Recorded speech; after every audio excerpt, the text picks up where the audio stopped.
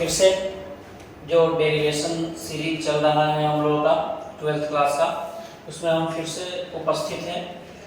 आज हम लोग डिराइव करेंगे प्रिज्म के पदार्थ के अपवर्तनांक का व्यंजक, या इसको और एक नाम से आप बता सकते हैं कि प्रिज्म के पदार्थ का अपवर्तनांक एवं उसके न्यूनतम विचलन या विचलन कोण के बीच के संबंध को। ठीक है, तो देखिए इसमें आपका सबसे जो इम्पोर्टेंट है, महत्वपूर्ण है, वो आपका इसका डायग्राम समझना काफ़ी महत्वपूर्ण है। तो हम लोग प्रिज्म की बात कर रहे हैं, तो हम आपके सामने एक प्रिज्म रख रहे हैं। देखिए इस प्रिज्म की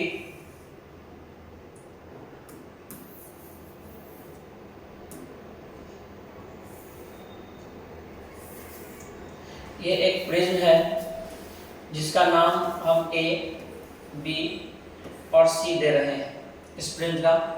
इस प्रिज्म पे ये जो ए बी भुजा है, ए बी भुजा पर एक प्रकाश किरण, किसी भी रंग का एक प्रकाश किरण इस पर आपतित होता है। और ये प्रकाश किरण, अच्छा जो ये प्रिज्म रखा हुआ है मैंने, वो प्रिज्म ऐसा मान के चल रहे हैं कि हवा में रखे हैं और हवा का अपवर्तनांक जो होता है वो 1 होता है। ठीक है, और अगर इस प्रिज्म की बात करें तो इस प्रिज्म का अपवर्तनांक हम म्यू मान के चलेंगे। तो इस प्रिज्म का अपवर्तनांक म्यू है और ये हवा अपवर्तनांक है। अच्छा, प्रिज्म हम ग्लास का, कांच का मान के चलते हैं, तो हम अगर ये प्रकाश किरण हवा से इस प्रिज्म में प्रवेश कर रहे हैं, मतलब ये प्रिज्म अगर कांच का बना हुआ, तो ये हवा की अपेक्षा ये सघन माध्यम हो गया, डेंसर मीडियम जिसको कह रहे हैं। तो हम लोग जब रेयर मीडियम से डेंसर में जा रहे हैं, मतलब विरल माध्यम से सघन में जा रहे हैं, तो ये प्रकाश किरण जो है वो अभिलंब की तरफ मुड़ती है। अब देखो, प्रकाश किरण अगर अभिलंब की तरफ मुड़ रही है तो हमको सबसे पहले यहाँ अभिलंब बनाना जरूरी है। तो हम इस वाले सरफेस पे एक अभिलंब ड्रॉ कर लेते हैं। यहाँ एक हम अभिलंब बना लेते हैं इस वाले सरफेस पे। तो यहाँ से एक अभिलंब कुछ इस तरीके से, यहाँ एक अभिलंब आ गया हमारा। अब हमको पता चल गया कि ये जो प्रकाश किरणें हैं ये अभिलंब की तरफ झुक के चलेंगी। ठीक है, अगर ये प्रकाश किरणें मान लेते हैं, ये प्रकाश किरणें अगर यहाँ से सीधी चली जाती, ये प्रकाश किरणें अगर ये माध्यम बीच में नहीं आता, ये प्रकाश किरणें कुछ इस तरीके से सीधे निकल जाती। ठीक है, लेकिन इस माध्यम के आने से ये प्रकाश किरणें क्या करेंगी, बेंड करेंगे, विचलन दिखलाएंगे और विचलन अपवर्तन दिखलाएंगे, ये भी कह सकते हैं। तो ये अभिलंब की तरफ थोड़ा सा झुक गया, ये अभिलंब रहा। अब प्रकाश किरण फिर इस प्रिज्म से निर्गत होंगी बाहर और वो बाहर वायु में जाएंगी। ठीक है, तो फिर से ये सघन माध्यम से ये विरल माध्यम में प्रवेश कर रही है। तो सघन माध्यम से विरल माध्यम में जब ये प्रवेश करेगा तो प्रकाश किरण अभिलंब से दूर हट के चलता है। तो फिर से हमको यहाँ पे एक अभिलंब बनाना पड़ेगा। तो हम यहाँ एक अभिलंब इस वाले जगह पे भी एक अभिलंब बना देते हैं और ये प्रकाश किरण इस अभिलंब से दूर हट के चल रहा है। तो यहाँ से ये प्रकाश किरण मान लेते हैं इस तरीके से नीचे की तरफ बेंड हो गया। ठीक है, ये आपतित किरण हो गई, ये अपवर्तित किरण हो गई और ये निर्गत किरण हो गई। अब इनके हम लोग नामकरण भी कर देते हैं। इस वाले ये ABC हो गया, तो इस वाले को P बोल दे रहे हैं, यहाँ इनको Q कह रहे हैं, इस वाले जगह को R कह देते हैं और इसको S नाम दे देते हैं। ये O, यहाँ M और यहाँ N नाम कर दिया। अब देखो, ये प्रकाश किरण को अगर तुम यहाँ से,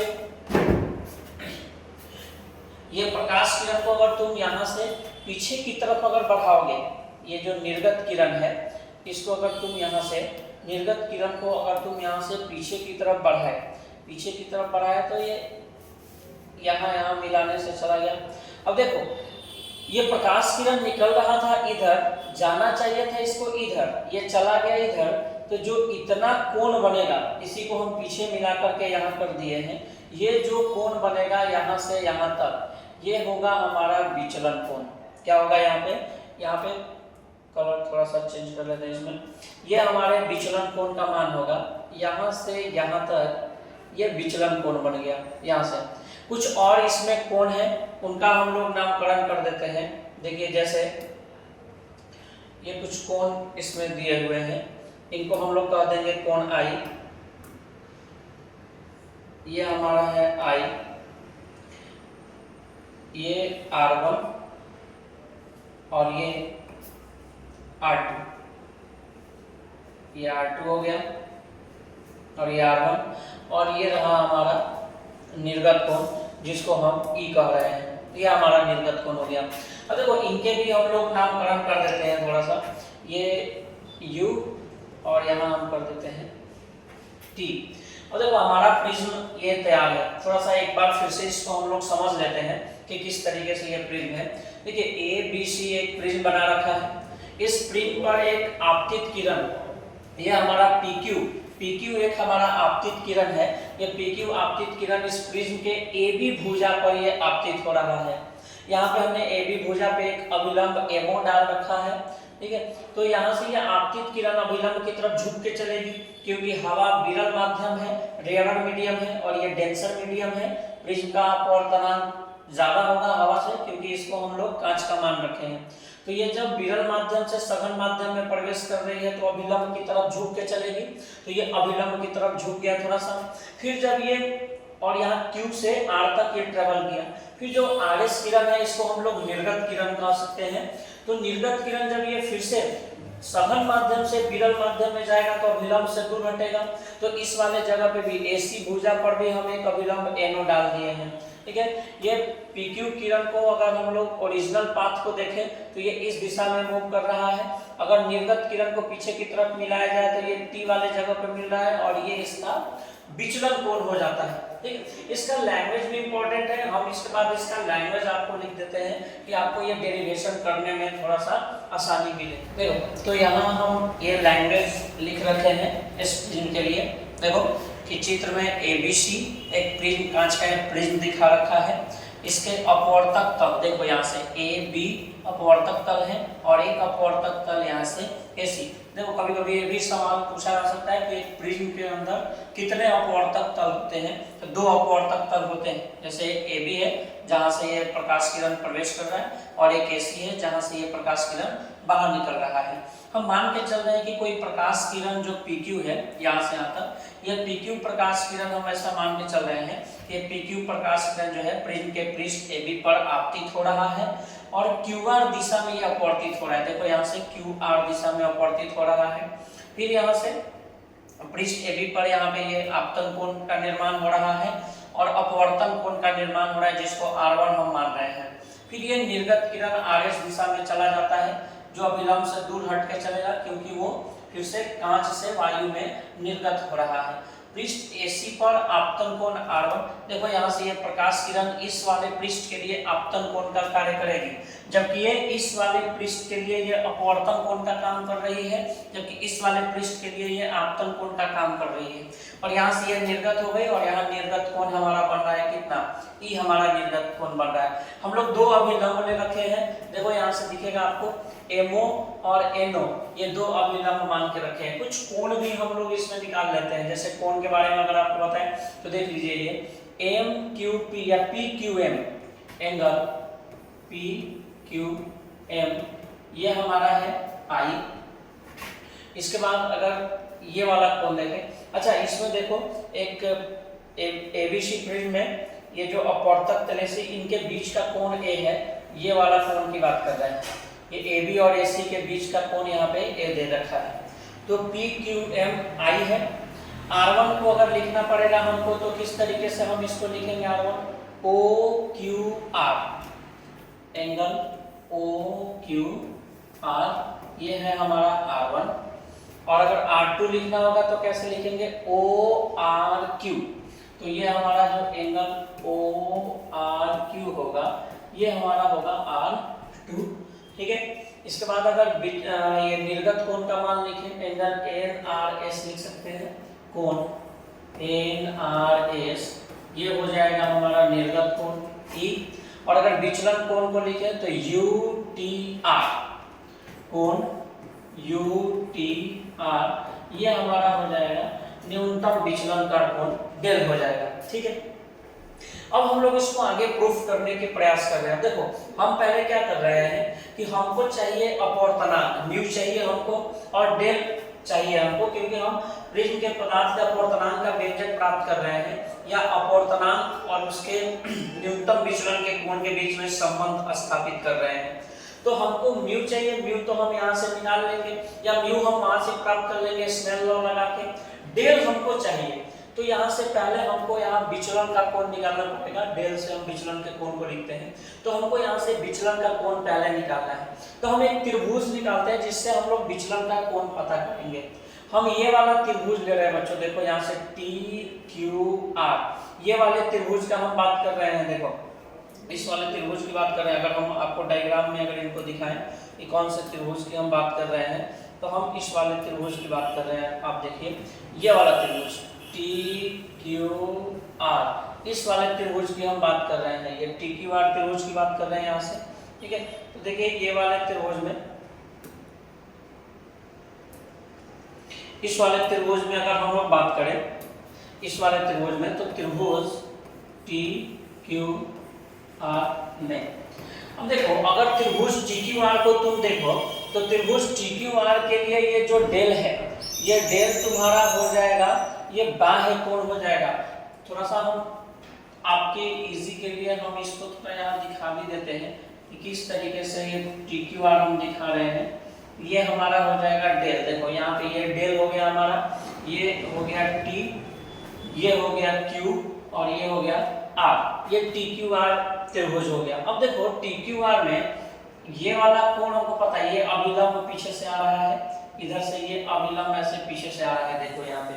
अब ये वाला कोण हमको पता है, ये वाला कोण हमको पता है, लेकिन ये कोण और ये कोण हमको पता नहीं है। तो हमको ये कोण अगर मिल जाए तो हम ये बाह्य कोण, अगर बाह्य कोण बराबर ये दो अंतः कोणों के योग के बराबर हम लोग लिख सकते हैं यहाँ पे, और ये दोनों में अंतः कोणों के योग के बराबर लिख सकते हैं अगर ये, तो हम लोग को यहाँ से डेल मिल जाएगा। तो देखो अगर त्रिभुज TQR में अगर हम देखें तो हम ये कह सकते हैं कि एंगल UTR, एंगल UTR ये बराबर हो जाएगा, ये दो अंतः कोणों के योग के बराबर होगा। अब ये दो अंतः कोण कौन कौन से हम लोग यहाँ से ले सकते हैं, देखो यहाँ से एक हो सकता है TQR, angle TQR plus angle QRT, angle QRT। यहाँ से हम लोग ये दो एंगल को जोड़ करके QRT या TRQ जो भी कह लो तुम, ये दो एंगल करके हम लोग निकाल सकते हैं। अब देखो ये UTR जो कोण बन रहा है, ये वाला कोण देखो, ये वाला U है हमारा UTR, ये देख हम किए क्या है ये समझना है थोड़ा सा कि हम क्या कर रहे हैं। हम ये बाह्य कोण ले रहे हैं कि अगर हम बाह्य कोण निकाल लें तो ये दो अंतः कोणों के योग के बराबर हो जाएगा। अगर यहाँ देखो ये बाह्य कोण है तो यहाँ पे ये दो अंतः कोण है, इनके योग के बराबर हो जाएगा। तो बाह्य कोण UTR है और अंतः कोण हम यहाँ से निकाल रहे हैं, देखो ये TQ, और ये वाले कोण की बात कर रहे हैं और ये वाले कोण की बात कर रहे हैं यहाँ पे, तो ये हो जाएगा हमारे लिए। और ये QRT या TRQ जो भी कहो तुम। अब देखो एंगल UTR जो है वो हमारा डेल है, ये तो हमको पता है, ये एंगल UTR जो है वो हमारा क्या है, डेल है। अब हमको निकालना क्या है, अब हमको ये वाला कोण का पता चलना चाहिए। अब देखो ये वाला कोण हमको पता नहीं है, ये हमारा पीछे से I कोण आ रहा था, ये हमारा पीछे से E कोण आ रहा था, ठीक है। अब देखो हमको ये कोण भले ही पता नहीं है कि कितना होना चाहिए, लेकिन हमको अगर तुम इस वाले डायग्राम में देखो, चलो यहाँ पे ये डायग्राम आओ, देखो ये अभिलंब है और ये आपतित किरण है, इसके बीच का कोण हमको पता है कि इसके बीच का कोण I है। तो देखो ये अगर आपतित किरण है, इसको आगे की तरफ बढ़ाओगे तो यहाँ ये भी आपतित किरण है, और इसको पीछे की तरफ ये यहाँ मिला रहे हो तो ये हमारा अभिलंब है। तो यहाँ पे जो कोण I है वो आपतित किरण और अभिलंब के बीच कोण है। तो यहाँ पे अगर तुम देखो तो ये आपतित किरण और अभिलंब, इसके बीच में तो कोण हमको पता है I, मतलब कि हमको यहाँ से यहाँ तक का कोण पता है कि ये I है। तो अगर यहाँ से यहाँ तक का कोण हमको पता है तो हम ये छोटा सा कोण क्या कर लेंगे, फाइंड कर लेंगे कि नहीं कर लेंगे, ठीक है। तो हम ये छोटा सा कोण क्या, बड़े वाले कोण में से ये छोटा सा कोण घटा दिए, मतलब आई में से अगर R1 घटा दोगे तो हमको ये वाला कोण आ जाएगा। यहाँ से यहाँ के बीच का हम इसकी बात कर रहे हैं बच्चों, देखो हम इसकी बात कर रहे हैं। यहाँ से यहाँ तक वाला कोण हमको पता है कि यहाँ से यहाँ कोण आई है, तो इस आई में से इस R1 को घटा दिया तो ये वाला कोण हमको मिल गया, ये वाला कोण हमको मिल गया। अब चलो हम इसमें आगे चलते हैं। Plus QRT। अब सेम चीज ऐसा ही देखो, ये पूरा ये अभिलंब है और ये हमारा निर्गत किरण है पीछे तक, तो हमको ये वाला कोण पता है, ये यहाँ से यहाँ तक कोण पता है कि अगर ये E है तो ये भी हमारा E हो जाएगा। तो E में से R2 घटा देंगे तो हमारा ये छोटा सा कोण आ जाएगा। E में से अगर हम लोग R2 घटा दिए तो ये हमारा छोटा सा कोण आ गया, तो यहाँ लिख दिए E माइनस R2। ये हमारा डेल हो गया बच्चों। देखो अब यहाँ से डेल बराबर हम लिख सकते हैं।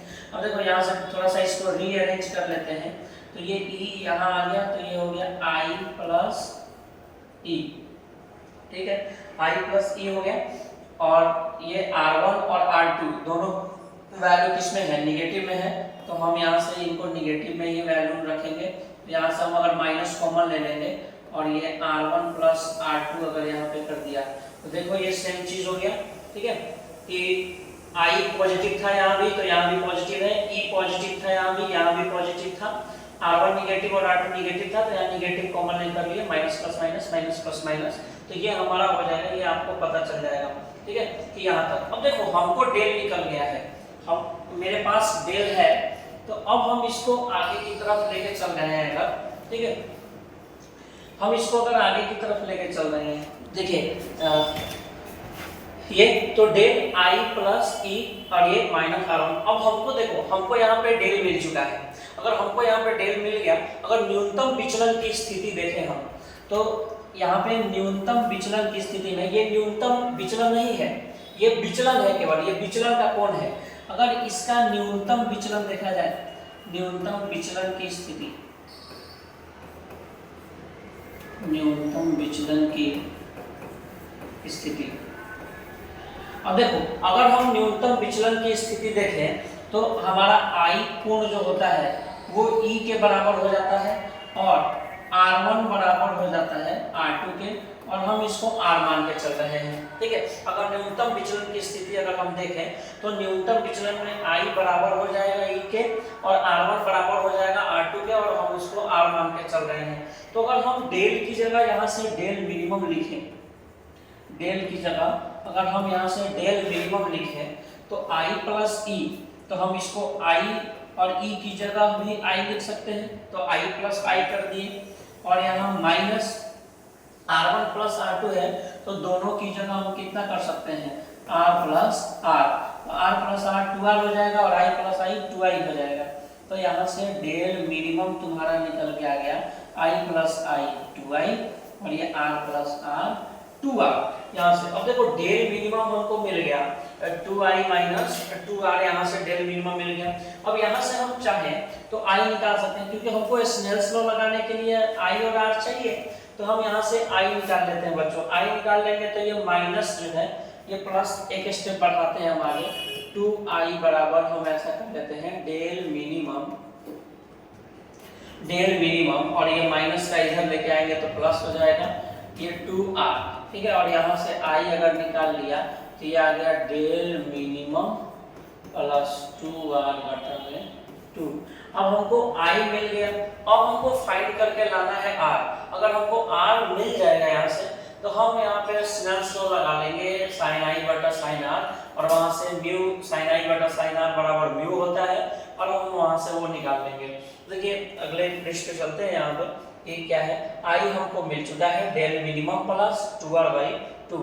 अब देखो अगर हमको R निकालना है तो R के लिए हम चतुर्भुज निकालेंगे, इसमें AQOR चतुर्भुज की गणना करेंगे। अब इस त्रिभुज में देखो, अब देखो यहाँ पे AQOR ये वाला हम चतुर्भुज ले रहे हैं, ये पूरा चतुर्भुज तुम देख पा रहे हो, यहाँ से यहाँ तक AQO और ये R, ये पूरा हम त्रिभुज ले रहे हैं, चतुर्भुज ले रहे हैं, सॉरी, चतुर्भुज AQOR में। अब देखो हमको पता है कि चतुर्भुज के चारों भुजाओं का योग 360 डिग्री होता है। अब कौन कौन सी भुजा इसमें लेनी है हमको देखो। अब चतुर्भुज में कौन कौन सी भुजा होगी, एक तो ये वाला कोण होगा, कोण ए, और एक यहाँ से यहाँ तक ये पूरा कोण होगा ए क्यू ओ, ठीक है। एक ये वाला भी कोण होगा क्यू ओ आर, और एक ये पूरा का पूरा कोण होगा ए आर ओ। ये चार कोण होंगे। तो पहले लेते हैं हम लोग कोण ए प्लस अब कोण ए क्यू ओ, ये वाला कोण ले लेते हैं, कोण ए क्यू ओ, ठीक है। इसके बाद ये वाला कोण क्यू ओ आर, ये वाला कोण ले लेते हैं अब इसमें हम, ठीक है। कोण क्यू ओ आर प्लस ये वाला कोण की बात कर लेते हैं ए आर ओ, ये वाला कोण ए आर ओ, और ये सब 360 डिग्री के बराबर होगा। किसके बराबर होगा, 360 डिग्री के बराबर होगा। ए क्यू ओ आर और ए आर ओ, ये तीनों 360 डिग्री। तो देखो कोण ए को ए मान लेते हैं। अब ए क्यू ओ हमको निकालना है कि ए क्यू ओ कितना आएगा। अब देखो तुम ए क्यू ओ को देखो, ये वाला पृष्ठ और इस वाले पृष्ठ पे ये अभिलंब, मतलब ये वाले पृष्ठ पे ये अभिलंब है, मतलब यहाँ से यहाँ तक ये वाला जो कोण तुमको दिख रहा है, चलो ये हम विजुअलाइज कराते हैं। इस वाले कोण की बात करें, ये 90 डिग्री का कोण होगा, क्योंकि ये पृष्ठ है हमारा और इस पृष्ठ पे ये अभिलंब है। तो अभिलंब और वो तल के बीच का कोण निकाल रहे हैं, तो ये अभिलंब और तल के बीच का जो कोण होगा वो तुम्हारा कितना होने वाला है, वो तुम्हारा 90 डिग्री होगा। कितना होगा, 90 डिग्री। तो ये कोण हो जाएगा 90 डिग्री प्लस इस वाले कोण की बात करें क्यू ओ आर। देखो क्यू ओ आर निकालना है, तो ये अगर ये त्रिभुज क्यू ओ आर ये पूरा का पूरा त्रिभुज मान लो, तो ये 180 डिग्री का होगा ये त्रिभुज, ये पूरा यहाँ से यहाँ तक 180, ये निकालना है, ये और ये हमको मालूम है। तो 180 में से R1 और R2 को अगर हम माइनस कर दिए, 180 में से अगर R1 और R2 को हम माइनस कर देंगे तो हमको मिल जाएगा कि कितना ये कोण होने वाला है, ठीक है। तो चलते हैं आगे, इसमें 180 माइनस ये हो जाएगा R1 प्लस आते हैं तरफ, ठीक है। अब देखो 180 में से ये घटा दिया R1 और R2 को, तो ये वाला कोण हमको मिल जाएगा, क्योंकि तीनों कोणों का योग 180 डिग्री होता है। अब बात करते हैं ए आर ओ को। तो जिस प्रकार से ये वाला कोण 90 डिग्री था, उसी प्रकार से ये वाला कोण भी कितना हो जाएगा, 90 डिग्री हो जाएगा हमारा।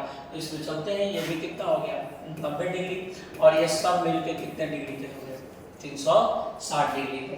तो चलो ए प्लस 90 और 90 मिलके कितना हो गया 180, और ये प्लस 180 या माइनस R1 और प्लस R2। अच्छा R1 और R2 न्यूनतम विचलन में तो इक्वल होता है, तो हम इसको R प्लस R2 ही मान लेते हैं, ठीक है। यहाँ से R प्लस R ही हम लिख देते हैं अपना, R प्लस R, और ये बराबर हो जाएगा 360 डिग्री। ये हो गया A प्लस 180 कितना हो गया 360, और ये माइनस R और R मिलकर क्या हो गया 2R बराबर 360 डिग्री। ये दोनों खत्म हो गए, यहाँ से A बराबर हो जाएगा तुम्हारा 2R, और यहाँ से R बराबर हो जाएगा तुम्हारा A/2। तो देखो हमको पीछे वाले में यहाँ पे I मिला हुआ है, ये हमको यहाँ से I मिल गया है, हमको यहाँ से R मिल गया है, हमको इस वाले जगह पे R मिल गया। अब हम आराम से लगा सकते हैं स्नेल्स लॉ।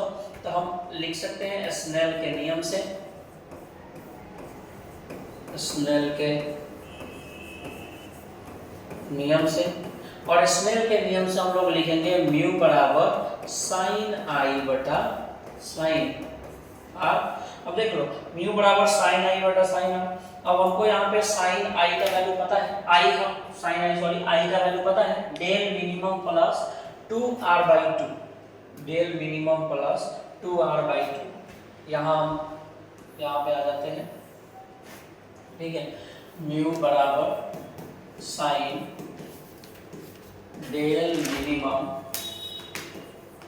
प्लस 2R/2, ये हो गया साइन आई और नीचे है साइन आर और आर की जगह कितना है a/2 तो लिख लिया a/2। अच्छा देखो r की जगह a/2 है तो यहाँ भी हम लोग r की जगह कितना रख लेंगे a/2 रख लेंगे तो म्यू बराबर sine del minimum plus 2 into a/2 और सबके नीचे ये 2 है और फिर तुम्हारा नीचे साइन a/2 ये 2 से ये 2 क्या हो जाएगा कैंसिल हो जाएगा खत्म हो जाएगा तो यहाँ से म्यू बराबर बच गया sign del minimum plus a/2 और यहाँ साइन a/2 ये रहा हमारा डेरिवेशन। ठीक है और इसी डेरिवेशन का हम लोग जिक्र कर रहे थे कि यही डेरिवेशन हमारे लिए इम्पोर्टेंट है। ये डेरिवेशन हम लोग इस्तेमाल कर सकते हैं, ये 5 नंबर में आपको पूछे जा सकते हैं।